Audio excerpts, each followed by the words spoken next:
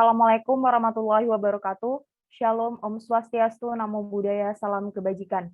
Yang terhormat dosen pengantar hukum Indonesia dan rekan-rekan sekalian, kami dari kelompok 6 akan mempresentasikan mengenai hukum pajak. Sebelum kami memaparkan materi, izinkan saya untuk memperkenalkan anggota kelompok 6.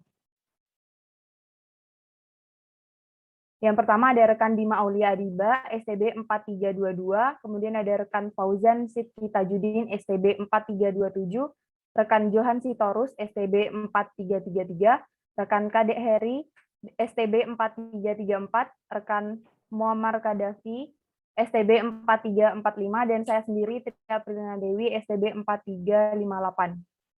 Selanjutnya akan dipaparkan oleh rekan saya, rekan Fauzan, dipersilahkan. Terima kasih rekan atas kesempatannya. Izin yang pertama menjelaskan mengenai definisi. Hukum pajak atau tax law merupakan suatu kumpulan peraturan-peraturan resmi dan tertulis yang mengatur hubungan antara pemerintah sebagai pemungut pajak dan rakyat sebagai pembayar pajak. Pemerintah dalam hal ini diwakilkan oleh Direktorat Jenderal Pajak Kementerian Keuangan Republik Indonesia yang berwenang mengambil kekayaan seseorang dalam bentuk pembayaran pajak, dikelola, dan diserahkan kembali kepada masyarakat.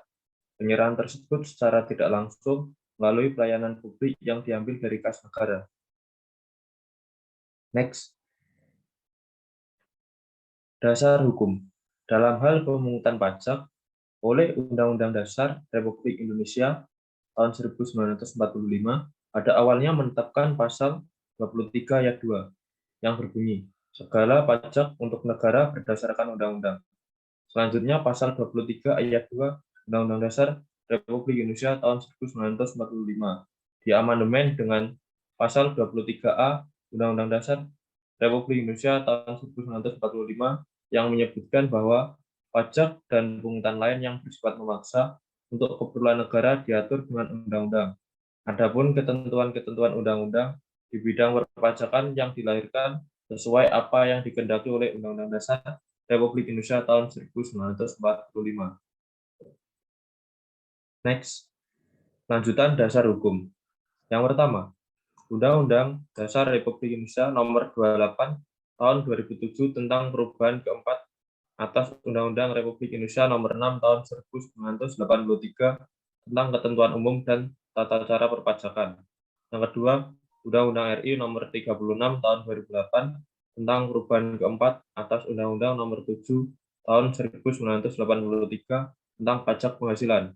Yang ketiga, Undang-Undang RI Nomor 42 Tahun 2009 tentang perubahan ketiga atas Undang-Undang RI Nomor 8 Tahun 1983 tentang pajak pertambahan nilai atas barang dan jasa serta pajak penjualan atas barang mewah. Yang keempat, Undang-Undang RI Nomor 12 Tahun 2000 tentang perubahan ketiga atas Undang-Undang RI Nomor 12 Tahun 1985 tentang pajak bumi dan bangunan. Kelima, Undang-Undang RI Nomor 13 Tahun 1985 tentang bea materai. Siap, izin dilanjutkan oleh rekan Dima. Baik, selanjutnya terkait dasar hukum yang keenam yaitu Undang-Undang RI Nomor 17 Tahun 1997 tentang Badan Penyelesaian Sengketa Pajak sudah tidak berlaku lagi karena sudah dicabut berlakunya. Selanjutnya nomor 7 ada Undang-Undang Republik Indonesia Nomor 28 Tahun 2009 tentang perubahan ketiga atas Undang-Undang RI Nomor 18 Tahun 1997 tentang pajak daerah dan retribusi daerah. Yang kedelapan, Undang-Undang RI Nomor 19 Tahun 2000 tentang penagihan pajak dengan surat paksa. Dan yang kesembilan ada Undang-Undang RI Nomor 20 Tahun 2000 tentang biaya perolehan hak atas tanah dan bangunan. Next. Selanjutnya ada fungsi hukum pajak. Yang pertama, sebagai dasar pelaksanaan perpajakan. Yang kedua, mengatur tata cara pelunasan pajak. Yang ketiga, memberikan kepastian hukum kepada wajib pajak dan fiskus. Dan yang keempat, ada sumber yang menerangkan tentang siapa subjek dan objek yang perlu atau tidak perlu dijadikan sumber pemungutan pajak demi meningkatkan potensi pajak secara keseluruhan. Next. Selanjutnya, unsur pajak di Indonesia ada 4.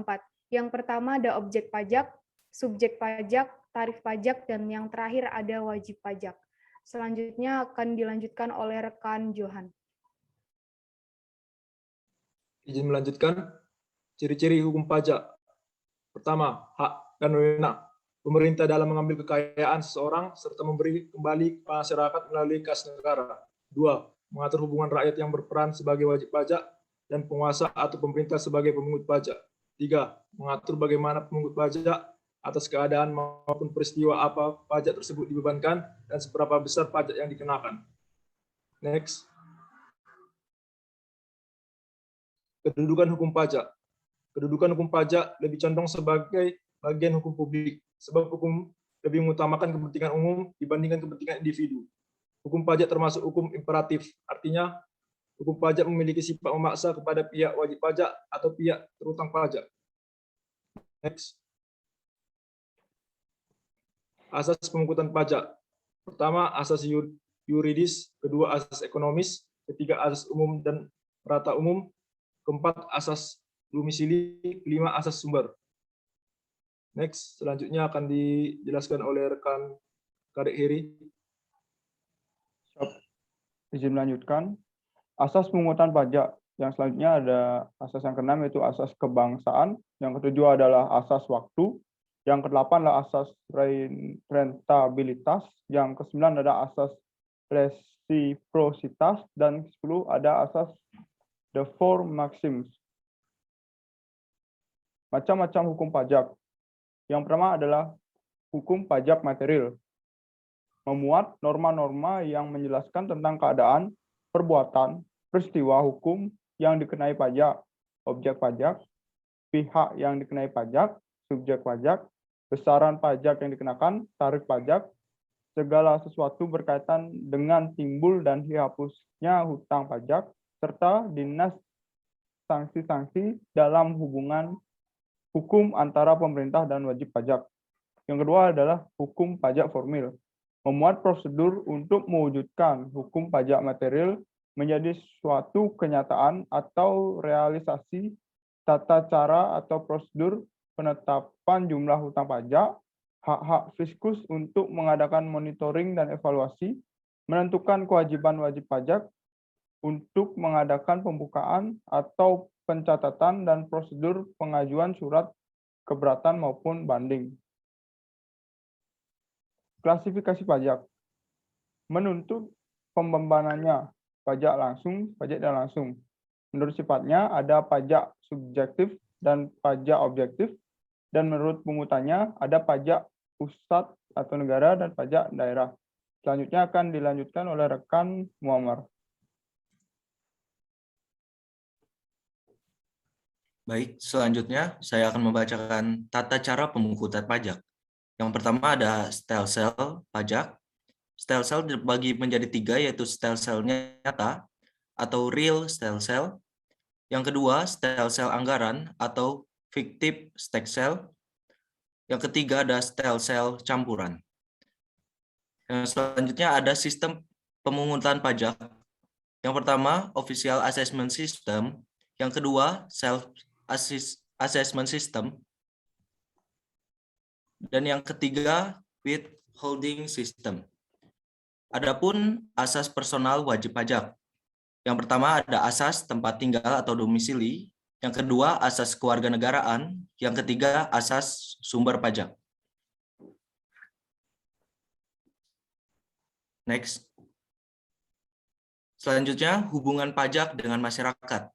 Hasil dari pembayaran pajak yang dibayarkan warga negara dipakai untuk membangun infrastruktur jalan, bangunan, dan kesejahteraan rakyat lainnya. Pajak menjadi alat untuk mengatur kebijakan sosial dan ekonomi. Pajak dapat digunakan untuk mengatur laju inflasi, mendorong kegiatan ekspor, memberi proteksi atau perlindungan terhadap barang produksi dalam negeri, dan menarik investasi. Pajak berfungsi mendistribusikan kesejahteraan masyarakat. Next. Sekarang hubungan pajak dengan hukum tata negara. hukum pajak menyangkut hukum tata negara atau HTN karena memungut pajak melalui pelaksanaan oleh pemerintah gunanya untuk membiayai keseluruhan negara. Dalam RUU APBN, pemasukan negara adalah pajak sebagai sumber utama. Dan pada RAPBN menjadi APBN, sumber utamanya adalah pajak. Selanjutnya, saya persilakan kepada rekan Tri Apriliani. Selanjutnya, hubungan hukum pajak dengan hukum administrasi negara. Pemungutan pajak kepada wajib pajak adalah kegiatan dalam rangka pelaksanaan fungsi kepemerintahan. Ketetapan yang ditetapkan oleh pejabat tata usaha negara sebagai objek hukum administrasi negara. Pejabat tata usaha negara yang menerbitkan ketetapan yang menimbulkan sengketa sebagai subjek hukum administrasi negara. Apabila petugas kantor pajak melakukan penyelewengan, maka diadili oleh pengadilan tata usaha negara atau pengadilan administrasi negara. Dalam memakai materai pada surat-surat perjanjian, akte-akte, surat-surat berharga, surat kuasa yang telah ditetapkan, ternyata kurang dari jumlah yang ditetapkan, maka dikenakan denda administrasi sebanyak 100 kali materai yang sebenarnya, baik itu disengaja atau tidak, dimengerti atau tidak. Seorang majikan wajib pajak upah kepada pegawainya dan diserah kepada negara jika ia lalai atau sengaja tidak menyerahkan kepada kas negara, maka kena hukuman administrasi dengan dicabut izin usahanya. Hukum administrasi negara sebagai sarana preventif agar wajib pajak tidak melanggar norma-norma dan ketentuan hukum perpajakan. Next.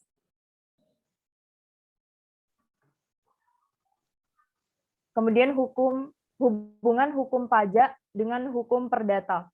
Menurut Prof. Mr. W.F. Prince, hubungan erat ini sangat mungkin sekali timbul karena banyak dipergunakan istilah-istilah hukum perdata dalam perundang-undangan pajak. Walaupun sebagai prinsip harus dipegang teguh bahwa pengertian-pengertian yang dianut oleh hukum perdata tidak selalu dianut hukum pajak. Hubungan erat dengan hukum perdata dapat pula disebabkan oleh kenyataan bahwa bila mana diperlukan suatu kepuasan mengenai persoalan yang tidak dijelaskan dalam undang-undangnya, dalam hal demikian seringkali harus dipertimbangkan secara matang. Interpretasi yang manakah yang harus dipergunakan, yang yuridis atau yang menurut kenyataan, yaitu ekonomis. Selanjutnya. Hubungan hukum pajak dengan hukum pidana. Sebagaimana diketahui bahwa hukum pidana tidak hanya terdapat di dalam KUHP, tetapi di luar itu juga terdapat ketentuan-ketentuan pidana dalam undang-undang lainnya, yang meliputi bermacam-macam bidang yang salah satunya adalah hukum pajak. KUHP dan yang terdapat di luarnya yaitu ketentuan-ketentuan undang-undang yang khusus untuk mengadakan peraturan-peraturan dalam segala lapangan merupakan suatu keseluruhan yang sistematis karena ketentuan-ketentuan dalam buku 1 dari KUHP, kecuali jika ditentukan lain juga berlaku untuk peristiwa-peristiwa pidana yang diuraikan di luar KUHP, pasal 103 KUHP. Namun demikian, di dalam hukum pajak dijumpai penyimpangan-penyimpangan terhadap ketentuan umum yang biasanya berlaku dalam KUHP.